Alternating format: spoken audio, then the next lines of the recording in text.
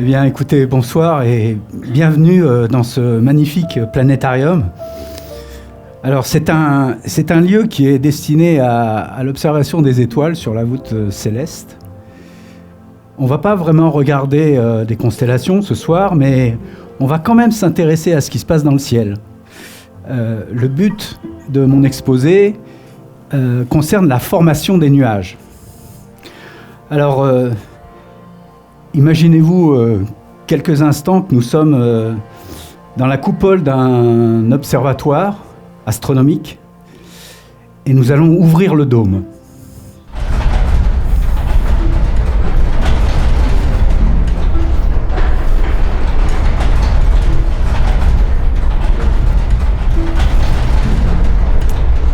Alors ce que nous voyons ici, c'est un ciel matinal. Il n'y a pas encore trop de nuages, il fait frais, il y a certainement un peu de rosée. Si l'on veut comprendre les mécanismes élémentaires de formation des nuages, il va d'abord falloir s'intéresser à ceux relatifs à la rosée et à la notion d'humidité dans l'atmosphère. C'est donc ce que nous allons faire dans la demi-heure qui suit. Malheureusement, nous n'allons pas nous envoler dans le ciel pour aller scruter les nuages de très près. Nous allons par contre reproduire les conditions de leur formation, ou plus exactement des tout premiers stades de leur formation, en laboratoire et plus précisément à l'intérieur d'un microscope électronique un peu unique. Donc la rosée. Bien sûr, la rosée n'est rien d'autre que de l'eau liquide. L'air, l'atmosphère de notre planète, peut en fait se charger en molécules d'eau, H2O, sous forme de vapeur, c'est-à-dire de gaz. On parle alors d'hydrométrie, ou dans le contexte de notre étude, nous employons plutôt le terme humidité relative, qui peut varier entre 0%, qui correspondrait à un air parfaitement sec, et 100%. 100% d'humidité relative, ça signifie que l'eau qui est sous forme de gaz va se transformer en eau liquide.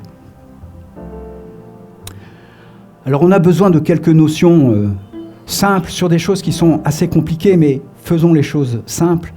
À une pression donnée, par exemple la pression atmosphérique autour de 1 bar, la quantité d'eau, vapeur ou gaz que l'air peut donc absorber va diminuer si la température diminue. On comprend ainsi l'origine de la rosée du matin. Pendant la journée, il fait chaud, donc l'air peut se charger facilement en vapeur d'eau. Mais durant la nuit, l'air va se refroidir. Donc la quantité de vapeur d'eau qu'il peut contenir diminue. Alors pour une même quantité d'eau au départ, ça signifie que son humidité relative va augmenter, et elle peut augmenter jusqu'à dépasser 100%.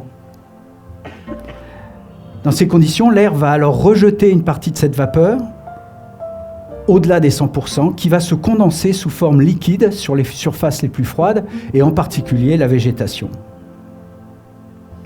Alors cette humidité relative peut se calculer à n'importe quelle pression de l'air. J'ai pris l'exemple de la pression atmosphérique, mais ça peut être une autre pression. Et la contribution due à la vapeur d'eau s'appellera tout simplement la pression partielle de vapeur. Et lorsqu'en conditions de pression et de température, on est au point de condenser de l'eau liquide, à partir de la vapeur donc, on dit qu'on a atteint la pression de vapeur saturante. L'air est saturé en eau de type gaz, et il rejette l'eau sous forme liquide.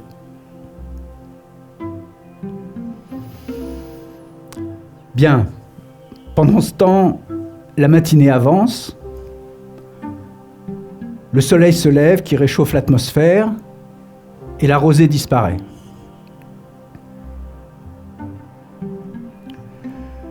Le soleil, c'est 15 millions de degrés à cœur, près de 6000 degrés Celsius en surface. S'il nous procure une chaleur vitale, il est malheureusement aussi impliqué dans le réchauffement climatique global. avec tout ce que l'espèce humaine ajoute à sa chaleur directe, en produisant des gaz à effet de serre, le dioxyde de carbone, CO2, le méthane, CH4 et autres. Le bilan énergétique de notre planète, on parle de forçage radiatif. C'est le bilan de ce qui réchauffe par rapport à ce qui refroidit. Eh bien, le bilan énergétique de notre planète est positif. Nous nous réchauffons inexorablement et le climat se dérègle. Alors bien sûr, dans cette situation critique, nous devons limiter nos émissions et accentuer la transition énergétique, mais nous avons aussi un allié naturel.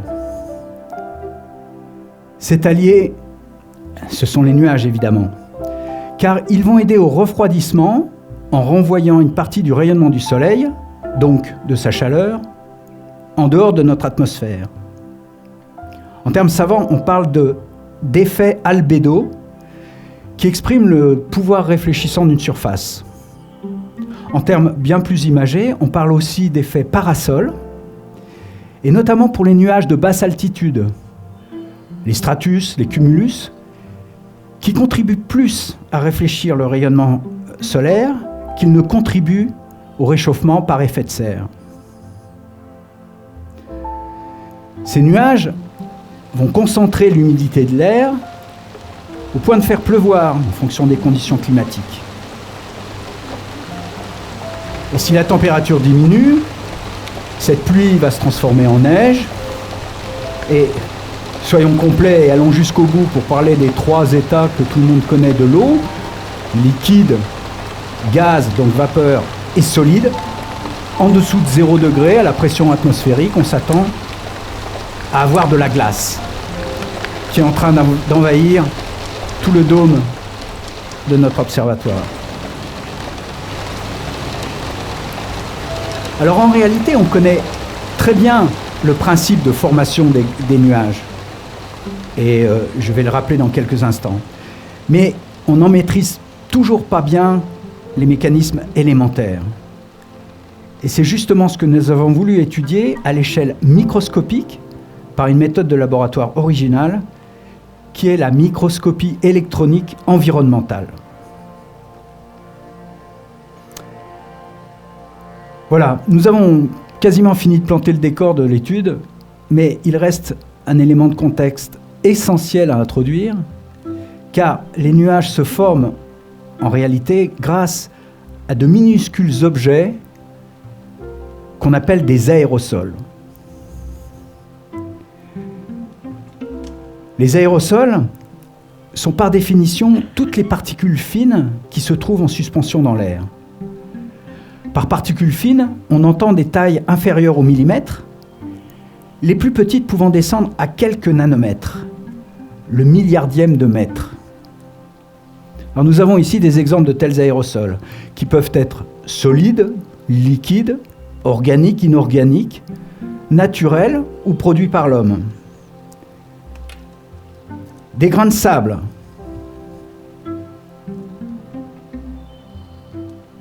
On a régulièrement des épisodes venteux et pluvieux qui nous amènent du sable du Sahara, par exemple, dans nos régions, qui rend le ciel jaunâtre et qui se dépose partout. Du sel, le chlorure de sodium, provenant par exemple des océans.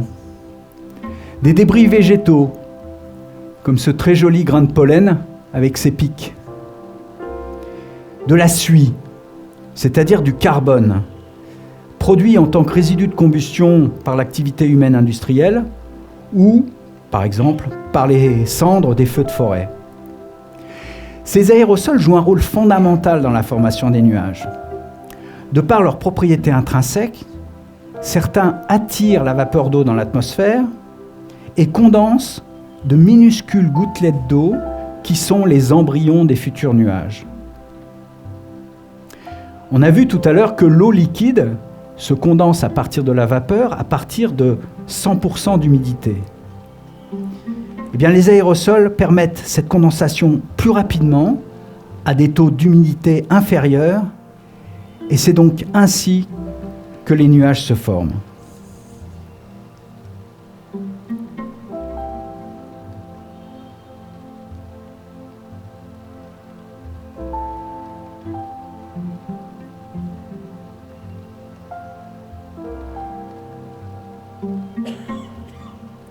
Voilà donc le but de notre recherche.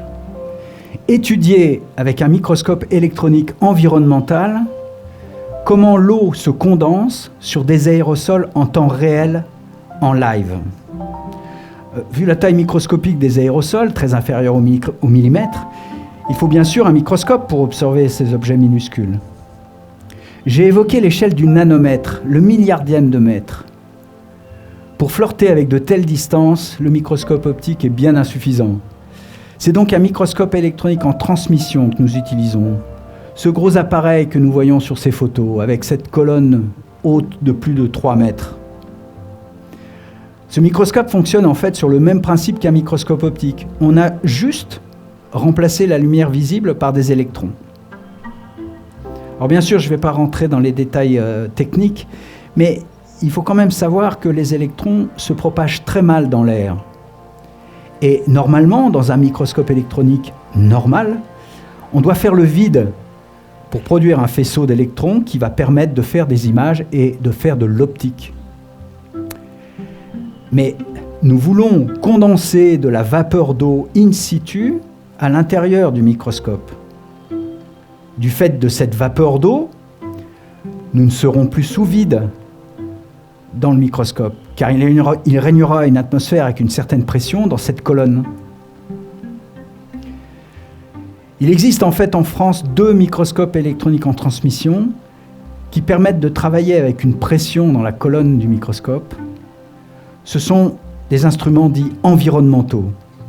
Et nous avons la chance d'en avoir un à l'Université de Lyon, sur le campus de l'Adoua à Villeurbanne. Bien, il est grand temps d'observer quelques résultats avec ce fameux microscope électronique environnemental. Et nous allons plonger dans l'univers de l'optique et de l'infiniment petit. Alors vous allez voir quelques séances et peut-être vous allez trouver que les images sont très bruitées.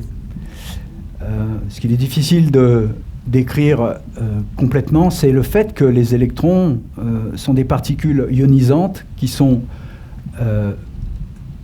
de nature à dégrader la matière condensée qu'on regarde. Donc on va regarder des objets, des aérosols, on va regarder de la vapeur d'eau, mais on risque de les irradier, c'est-à-dire de créer des dommages. Donc pour éviter de créer des dommages, on essaye de travailler avec des faisceaux très peu intenses, et c'est ça qui produit des images bruitées. Alors pour commencer notre étude, nous avons choisi d'observer la condensation d'eau sur du sel, le chlorure de sodium, qui peut provenir des océans, mais qui est aussi tout simplement le sel de table de la cuisine. C'est un aérosol modèle, mais qui existe à l'état naturel, et qui est très facile de manipuler et d'étudier en laboratoire. Alors ce que vous voyez ici sont plusieurs petites particules de sel à l'intérieur du microscope électronique. Ces cailloux sombres qui sont déposés sur un film de carbone très fin pour être transparent aux électrons. C'est un microscope électronique en transmission. La lumière, nos électrons vont passer à travers. Il faut qu'on arrive à traverser la matière pour faire une image. Et vous avez de temps en temps sur ce film de carbone des trous qui ne nous intéressent pas mais qui sont présents. Alors regardons un peu les tailles. Vous avez ici une des plus grosses particules, elle fait à peu près 0,5 micromètres. Le micromètre, le micron, c'est 1 millième de millimètre. Et cette distance ou cette taille, c'est à peu près, un peu moins je dirais, mais à peu près la résolution qu'on peut obtenir avec un microscope optique. Et vous voyez que sur notre grille de préparation de microscopie, vous avez des particules bien plus petites. Les plus petites sont de quelques dizaines de nanomètres, 20 nanomètres à peu près. Et donc on est bien loin de pouvoir observer ça avec un microscope optique. Sur cet exemple, nous avons enregistré une séquence vidéo lorsqu'on introduit de la vapeur d'eau à une pression constante. Là encore, je ne vais pas rentrer dans les détails techniques, mais il y a un petit élément supplémentaire qu'il est besoin de connaître, c'est que la pression qu'on peut introduire dans notre microscope environnemental n'est pas aussi élevée que la pression atmosphérique. Et donc, la thermodynamique nous dit que pour atteindre des taux d'humidité suffisants, ou pour aller jusqu'à 100% d'humidité, il va falloir refroidir l'échantillon à l'intérieur de la colonne en cours d'observation. Alors on sait le faire. Et lors du refroidissement, on peut mesurer, comme vous voyez des chiffres en haut à droite, la température, la pression qui règne à l'intérieur du microscope. On parle ici de millibars, de millièmes de la pression atmosphérique. Et ces valeurs nous permettent de calculer, par des formules thermodynamiques, l'humidité relative qui est notée en pourcents dans cet exemple. Alors nous allons lancer la séquence vidéo et la rejouer 2-3 fois en boucle pour bien comprendre ce qui se passe. On va refroidir, on va augmenter l'humidité de notre système, on va donc condenser de la vapeur d'eau en liquide sur notre préparation et on va voir où elle se positionne. Au moment où on baisse la température, donc quand on augmente régulièrement l'humidité relative. Le sel va prendre l'eau et il va se dissoudre. C'est ce qu'on appelle en termes savants la déliquescence. Alors on peut lancer la vidéo et vous allez voir une couche grise qui se forme autour des particules de sel et très rapidement les gouttes d'eau gonflent et à la fin on a une sorte de rideau qui vient tout obscurcir. Et vous voyez que les chiffres nous disent que nous avons atteint 100% d'humidité. Alors, les gouttes d'eau gonflent et dissolvent les particules de sel à l'intérieur. Et si on regarde dans le détail, on n'a pas trop le temps de s'apesantir ici dans cette présentation, mais on s'aperçoit que la déliquescence se produit à un taux d'humidité qui est bien inférieur à 100%. Rappelez-vous, j'ai dit que les aérosols, ils arrivaient à attirer l'eau. Et ils arrivaient à faire en sorte que la vapeur se transforme en liquide à des taux d'humidité inférieurs à 100%. Pour le sel, le taux d'humidité à la déliquescence est de 75%. Et on peut vérifier cette valeur en la calculant avec les formules que j'évoquais à partir des données expérimentales de température et de pression. Alors nos vidéos sont en général accélérées parce qu'on ne va pas rester très longtemps à regarder ce qui se passe, mais à la fin de la séquence ici, on a ce que nous appelons un effet tsunami. L'humidité relative dépasse les 100% et donc l'eau se génère partout, l'eau liquide j'entends. Et vous avez donc ici comme une vague, en réalité c'est une vraiment toute petite vaguelette qui vient recouvrir l'intégralité de notre préparation. Et cette vaguelette est suffisamment épaisse pour que les électrons n'arrivent plus à passer à travers et on n'a plus d'image. Alors bien sûr, dans l'atmosphère, on n'a pas que du sel en suspension. Plus exactement, on l'a vu tout à l'heure, on n'a pas qu'une seule sorte d'aérosol. Et nos aérosols sont le plus souvent constitués d'amas de plusieurs types, mélangés, organiques, inorganiques. Et quand je disais qu'on ne maîtrisait pas les mécanismes élémentaires de formation des nuages, c'est parce qu'on n'arrive pas toujours à identifier quels sont les aérosols qui prennent l'eau et qui déclenchent la condensation du liquide. L'observation au microscope va nous permettre d'identifier les coupables. Vous avez ici, dans cette nouvelle expérience, des aérosols mixtes qui sont constitués d'un mélange de sel et de grains de sable. Alors comme précédemment, nous avions enregistré une séquence vidéo, mais je ne montre ici que l'image de départ à gauche et l'image à laquelle on est arrivé après 240 secondes suite à l'introduction de la vapeur d'eau et au refroidissement adéquat. On voit clairement que certains objets de notre grille, qui ressemblent un peu à une toile d'araignée ici pour le film support de carbone, certains objets restent inertes, donc secs, alors que d'autres ont gonflé, car ils ont pris l'eau. Nous les avons colorisés en rouge pour qu'on voit bien ceux qui ont gonflé.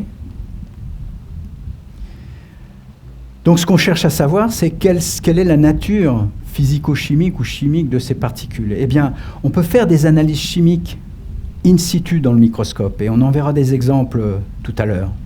Et ces analyses réalisées ici nous démontrent que le sable pur, qui est un matériau essentiellement constitué de silice ou de silicate, c'est-à-dire de silicium et d'oxygène, ne joue aucun rôle dans l'attraction de la vapeur d'eau et donc dans la germination des gouttelettes d'eau. Il n'y a que le sel qui attire ici notre vapeur et qui crée donc la condensation du liquide. Bien, nous allons sortir quelques instants de notre microscope pour revenir dans le ciel. J'ai évoqué donc les nuages dont on vient d'expliquer les mécanismes élémentaires de formation.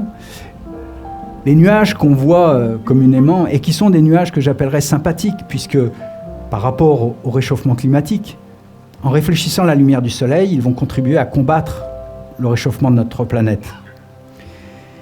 Mais il existe une autre sorte de nuages qui sont moins sympathiques et que l'on étudie très sérieusement depuis quelques années, car leur densité dans le ciel augmente tous les ans un peu plus. Ce sont ces traînées blanches que l'on observe régulièrement derrière les avions à réaction lorsqu'ils volent à haute altitude. Alors vous aurez sans doute remarqué d'ailleurs que dans les images qui précédaient, nous en avions déjà qui striaient le ciel. Ces traînées sont dues à la condensation de la vapeur d'eau, non plus sur des aérosols qui étaient présents dans l'atmosphère, mais sur les résidus de combustion, c'est-à-dire ce qui n'a pas entièrement brûlé, issus du carburant des réacteurs des aéronefs, c'est-à-dire des avions. Mais à l'altitude de croisière des vols long courriers, autour de 10 ou 12 000 mètres, ce qu'on appelle la troposphère ou le sommet de la troposphère, la tropopause, il fait très froid, environ moins 50 degrés, voire moins. Ainsi, l'humidité de l'air, la vapeur d'eau, ne se condense plus en liquide, mais en glace. Et nos traînées de condensation ne sont que des sortes de fumées de micro, voire de nanocristaux de glace. Alors nous avons voulu, comme pour l'eau liquide, générer la glace à partir de ces fameux résidus de combustion collectés derrière un avion, un Airbus, qui fait tourner ici ses réacteurs au sol. On n'est pas allé dans l'atmosphère pour aller chercher ces particules derrière l'avion qui vole. Et donc nous allons étudier la formation de glace sur ces particules, de nouveau grâce au microscope environnemental. Alors on ne va pas non plus encore rentrer beaucoup dans les détails techniques, mais ce qu'on voit en tout cas sur cette image, bon, c'est un film de carbone avec deux gros trous bien ronds, et on voit deux particules un peu plus grosses que les autres, assez informes je dirais. Ces particules sont des silicates de calcium. Elles sont composées de silicium, oxygène et de calcium. On va vraiment le voir par des analyses chimiques tout à l'heure. Et puis, à côté du trou de droite, là, on a des particules qui sont plus petites. Et ces particules sont de la suie. Alors la suie, c'est vraiment... c'est du carbone, c'est le résidu de combustion le plus classique. Et il est en grande quantité dans ce qui sort des réacteurs de l'avion. Donc, nous avons refroidi nos échantillons en dessous de moins 50 degrés, en l'occurrence, dans cette expérience, moins 70 degrés à l'intérieur du microscope, et nous avons injecté brutalement de la vapeur d'eau. Alors, je passe vraiment les détails techniques. C'est une expérience qui est assez difficile à réaliser à cause des propriétés thermodynamiques de l'eau, dont en général on ne soupçonne pas la complexité et la richesse.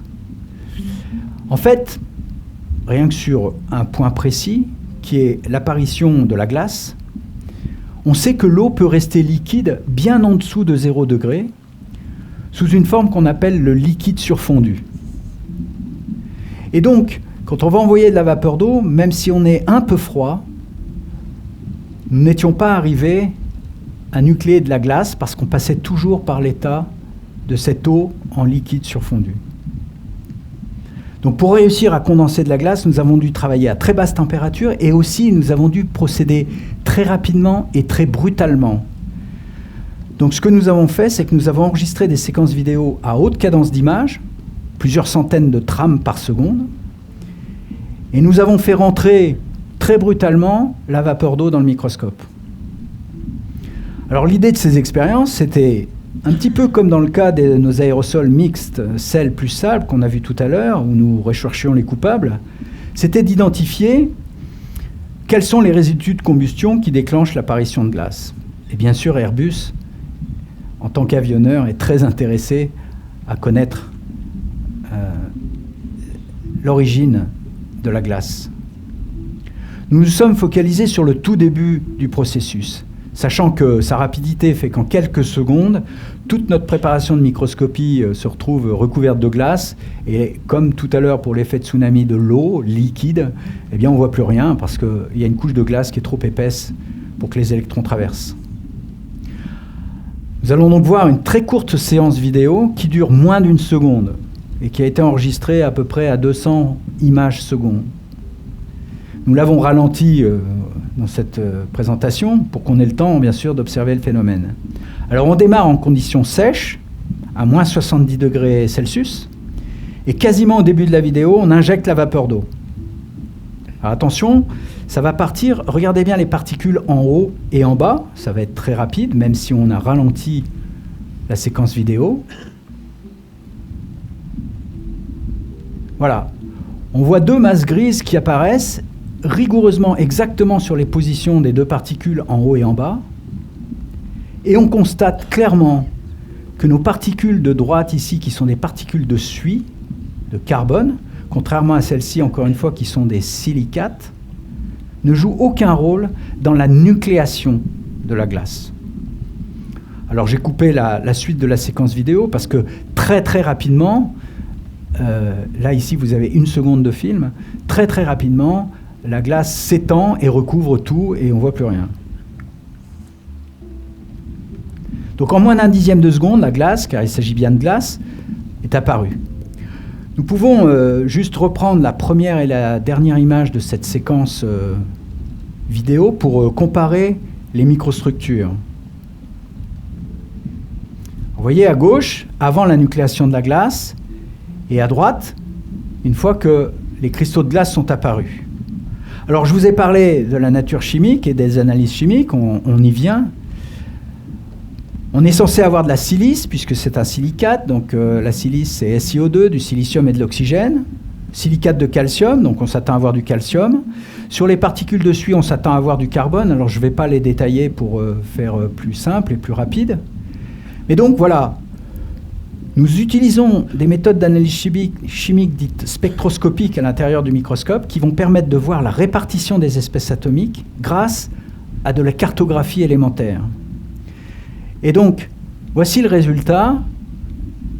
Tout d'abord pour le silicium. Donc nos cartographies se créent sous vos yeux. Vous voyez, on voit clairement que le silicium, c'est pratiquement l'intégralité de cette particule. Et on voit que après la nucléation de la glace, c'est-à-dire après cet état-là, alors bien sûr, après cet état-là, l'échantillon s'est réchauffé, la glace a disparu, il y a de l'eau qui s'est produite, la glace a disparu. C'est un peu un scénario catastrophe, mais c'est très difficile à suivre parce que les événements sont très rapides.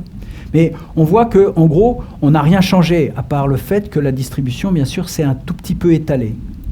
Mais là, il n'y a rien d'étonnant. La silice, c'est un matériau insoluble. Il n'y a pas de raison qu'il se dissolve, donc il reste présent sur notre échantillon. On peut regarder maintenant l'analyse chimique de l'oxygène.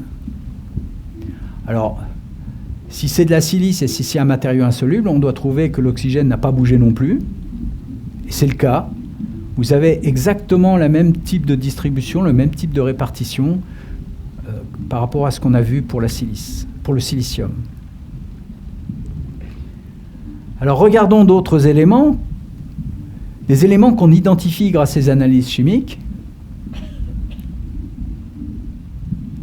Nous avons du soufre dans la particule. Et c'est une pollution, si j'ose dire, en tout cas c'est un ajout classique des carburants. Et vous voyez là par contre qu'on avait du soufre bien localisé sur notre particule au départ, et qu'à la fin, on a toujours un signal de soufre qui est très bruité, mais on a perdu beaucoup de soufre. Et là, on comprend pourquoi, parce que la glace, quand on s'est réchauffé, la glace a fondu, c'est devenu de l'eau liquide, et l'eau liquide s'est évaporée, est partie, et le soufre est parti avec. Alors j'ai dit que c'était des silicates de calcium qui contiennent du soufre, mais ils doivent contenir aussi du calcium. On va regarder le calcium. Et on va trouver à peu près le même résultat que pour le soufre, hormis le fait que le calcium répond bien moins à l'analyse que le soufre, et les images sont beaucoup plus bruitées, mais on arrive à se convaincre qu'ici, il y a une sorte de trace comme ça de particules, et que là aussi, le calcium a disparu parce qu'il s'est dissous dans le flux d'eau à la suite de la prise de glace. Donc, avec ce type d'analyse chimique, on peut identifier particule par particule, individuellement à une échelle nanométrique, en tout cas largement submicrométrique, qui est responsable de la prise de glace. Et cette information est évidemment capitale pour les avionneurs, parce qu'ils cherchent à améliorer la formulation de leur carburant en réduisant, ou si possible, en supprimant les éléments chimiques nuisibles.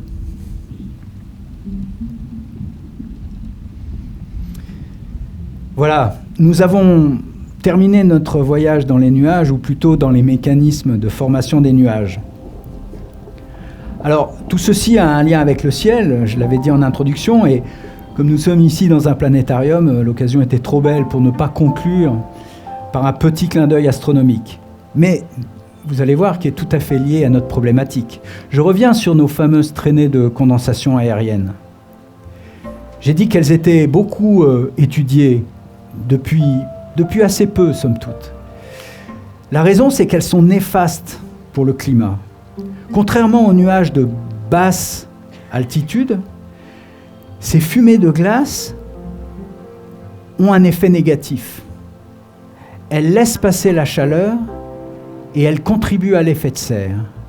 En réalité, une fois qu'elles se sont formées, en se réchauffant, elles se transforment en nuages.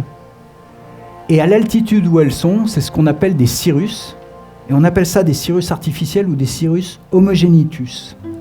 Et ces nuages, comme je disais, contrairement aux nuages de basse altitude, contribuent très fortement à l'effet de serre et donc au réchauffement climatique. Alors, elles ont une autre incidence qui peut paraître anecdotique, mais qui gêne énormément les scientifiques qui étudient le ciel lointain. Car ces nuages de haute altitude deviennent une pollution visuelle pour les grands télescopes qui scrutent le cosmos, ce qu'on appelle le ciel profond. Et c'est aussi le cas, dans une moindre importance, et gravité bien sûr, pour les observations des astronomes amateurs. Alors voici une image où on observe deux galaxies sur une photographie ici qui est striée par de nombreux traits lumineux. Alors, bien sûr, pour les connaisseurs, ou pour ceux qui ne connaissent pas en tout cas, ces galaxies sont NGC 3718 en bas et NGC 3729. Alors vous aurez au moins appris que NGC, ça veut dire New General Catalogue. C'est la dénomination internationale des objets célestes. Alors, excusez du peu, c'est quand même des objets qui sont l'un à 48 millions d'années-lumière de notre système solaire, l'autre à 60 millions. Alors, les traits que vous voyez, alors les points blancs bien sûr sont les étoiles, mais les traits que vous voyez sont d'une part les traits fins, le trait qui est en diagonale ici par exemple, ou celui qui est en bas, ce sont les traces des satellites qui sont ici éclairés par leurs panneaux solaires et le soleil qui se réfléchit dessus. Mais vous avez aussi le passage malencontreux d'un avion. Alors les traits fins, le traitement numérique, on arrive facilement à gommer ça. Mais le passage de l'avion est un peu plus compliqué. Vous avez ici trois traits très lumineux qui sont les lumières de l'avion. Et vous avez en fait des traits baveux au milieu qui sont ces fameuses traînées de condensation. Et là c'est trop difficile, pour des puristes en tout cas, de venir effacer ces traits pour récupérer l'information qui est derrière.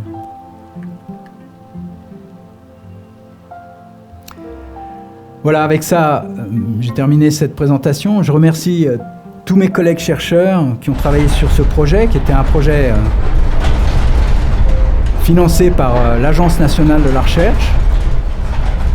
On va laisser le dôme se fermer.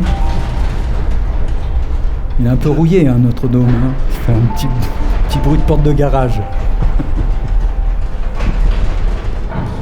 Je remercie Alex Bourgeois à la mise en scène et Gaël à la musique pour l'adaptation audiovisuelle qu'ils nous ont fait de cette présentation dans ce lieu.